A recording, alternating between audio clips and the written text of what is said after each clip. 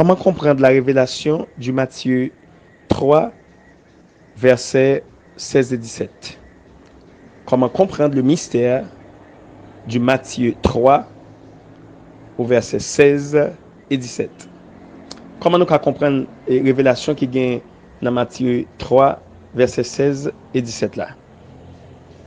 Bien-aimés dans le Seigneur, frères et sœurs, la paix bon Dieu avec nous, bonjour, bonsoir, salut, quel que soit côté, nous avons d'enseignement ça, nous allons partager mystère ça ensemble, nous allons partager révélation ça ensemble, son révélation qui est très controversée, qui a un pile problème, qui fait un pile débat, donc surtout les gens qui sont religieux, les théologiens, les gens qui sont théologiens me disent nous ça encore, toujours disent nous ça, je suis théologien, c'est théologien, donc on ne va pas parler théologien mal, mais théologie, bah, les gens en pile orgueil.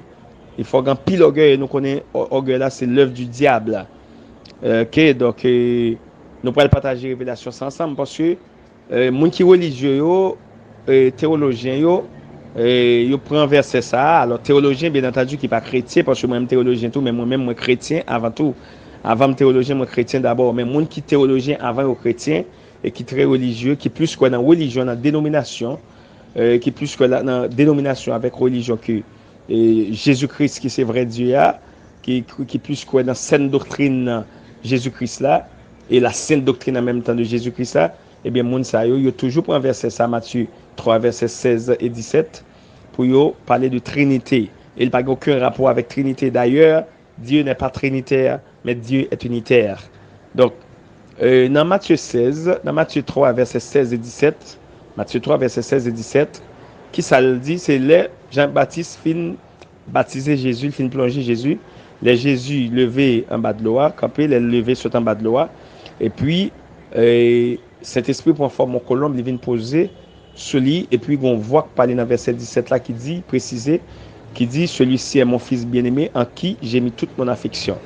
Donc maintenant, théologiens qui pas chrétiens bien entendu et puis religieux monde qui très dénominationnel yo fait connaître Jésus qui est dans l'eau son premier monde et Saint-Esprit qui prend forme colombe son deuxième monde et maintenant voit parler dans ciel là son troisième monde et bah il parler de ça, il parler de Trinité, il prend ça pour un contexte trinitaire qui n'a aucun rapport du tout. Bon, mais nous allons partager ça. Qui sa révélation ça? Il veut dire qui sa mystère ça révélé. Et bien, il veut dire clairement, et nous allons prouver nous ça au travers des versets bibliques. Et il veut dire clairement que Jésus est à la fois Père, Fils et Saint-Esprit. Donc Jésus, c'est lui-même qui est à la fois Père, Fils et Saint-Esprit.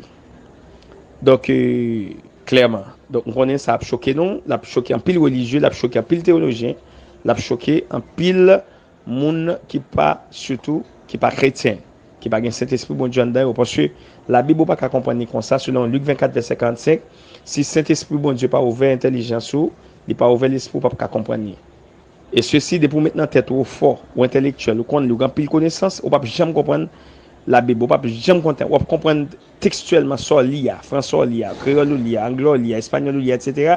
Mais à faire comprendre la Bible, oublier ça. Pas jamais comprendre parce que automatiquement maintenant tête au fort, ou grand pile connaissance ou intelligence ou faut comprendre la Bible, la connaissance ou faut comprendre la Bible, automatiquement ça arrive, c'est l'orgueil c'est l'œuvre du diable et bien automatiquement ou dans l'orgueil et bien cet esprit bon Dieu pas dedans automatiquement et ou pas jamais comprendre la Bible vraiment. Donc faut mettre tout petit pour qu'on comprenne la Bible selon Matthieu 5 verset 3. Donc mettez dans tête tout son pauvre en esprit. Ou pas qu'on a rien devant bon Dieu. Depuis maintenant tête pas qu'on a rien et bien mon Dieu a levé la bonne pile connaissance la révéler mystère selon la révéler mystère selon Luc 10 verset 21 parce que l'homme maintenant tête au grand pile connaissance et bien qui ça bon Dieu fait cachot révélation mystère selon Luc 10 verset 21. Et bien maintenant nous allons voir clair que Jésus est le Saint-Esprit selon 2 Corinthiens 3 verset 17. Jésus est le Saint-Esprit selon 2 Corinthiens 3 verset 17. OK? Jésus est le Père selon Ésaïe 9 verset 6. Jésus est le Père selon Ésaïe 9 verset 6. OK? Et Jésus est le Fils de Dieu, selon 1 Jean 5, verset 20. Jésus est le Fils de Dieu, selon 1 Jean 5, verset 20. Et Jésus est le Fils de l'homme, selon Jean 3, verset 13. Et dans le même verset ça, Jean 3, verset 16, on a prêté là, qu'on y a là, pour nous parler de expression qui c'est omniprésence. Nous avons toujours qu'on a parlé dans la théologie. Donc, là, on dit omniprésence, son monde, omniprésence, ça veut dire, c'est seulement Jésus qui est omniprésent. Alors, omniprésence, ça veut dire, en même temps, il sous terre, dans le ciel, là, tout. Et ceci, tout côté, il contrôle tout ça qu'a fait net dans le monde, là, tout côté en même temps. C'est ça, omniprésence veut dire. Donc, et Jean 3, verset 13, clair, il révèle nous ça. Pour ceux qui savent, Jean 3, verset 13 dit, l'autre verset, on ne doit pas lire, on a fait lecture pour moi, comme d'habitude, parce que si on a fait lecture, l'enseignement est trop long. Mais ça qui est clé, comme d'habitude, m'a lire pour nous. Donc maintenant, Jean 3, verset 13, qui ça le dit? Clairement, pendant Jésus, m'a mis dans le contexte, ça, c'est pendant Jésus, tu as parlé à Nicodème. Pendant la conversation à Nicodème, et puis il dit Nicodème, dans Jean 3, verset 13, personne n'est monté au ciel, si ce n'est celui qui est descendu du ciel, le Fils de l'homme qui est dans le ciel. Attendez bien, oui, je reprends. Jésus dit Nicodème, pendant la parole à Nicodème, il dit Nicodème, personne n'est monté au ciel, si ce n'est celui qui est descendu du ciel, le Fils de l'homme qui est dans le ciel. Je reprends une troisième fois. Personne, Jésus dit à Nicodème, personne n'est monté au ciel, si ce n'est celui qui est descendu du ciel, le Fils de l'homme qui est dans le ciel. Ça veut dire, verset ça clair là, il clair le montre, Jésus pendant la parole à Nicodème, il était sous terre, et puis il dit Nicodème, pendant la parole à Nicodème, il dit Nicodème, c'est dans le ciel là, en même temps. Il dit Nicodème, pendant la parole en même temps dans le ciel là tout. C'est ça, verset ça dit. Si ce n'est celui qui est descendu du ciel, le Fils de l'homme qui est dans le ciel. Pendant ce temps, la parole, et puis il dit, il est dans le ciel là. Donc ça clair. Méditez sur verset ça, Jean 3, verset 13. Donc il exprimait l'omniprésence de Dieu, de Jésus-Christ de Nazareth, qui est le seul vrai Dieu. Donc nous est clair, j'aime ça dire non, Jésus-Christ de Nazareth, il a le Saint-Esprit selon 2 Corinthiens 3, verset 17. Il est le Père selon Ésaïe 9, verset 6. Raison. Et nous parlons dans Éphésiens 4, verset 5. Parole la Bible dit, il y a un seul Seigneur. Et nous connaissons un seul Seigneur. Il y a un seul Seigneur. Éphésiens 4, verset 5. Et s'il dit il y a un seul Seigneur, pas de deux Seigneurs, nous parlons qui est-ce qui est Seigneur là? Eh bien, selon 1 Corinthiens 12, verset 3, selon 1 Corinthiens 12, verset 3, Jésus est le Seigneur. Il y a un seul Seigneur, selon Éphésiens 4, verset 5, et selon 1 Corinthiens 12, verset 3, qui est le Seigneur, c'est Jésus-Christ de Nazareth. Voilà, donc il est clair là, parce que c'est le Seigneur. Et maintenant, selon Matthieu 23, verset 9, son seul monde nous gagne comme Père. Verset ça, il confirme Ésaïe 9, verset 6, qui dit quoi? Un enfant nous est né, un fils nous est donné, on l'appellera admirable, conseiller, ok? Père éternel, Père éternel. C'est pas fils éternel, mais c'est Père éternel.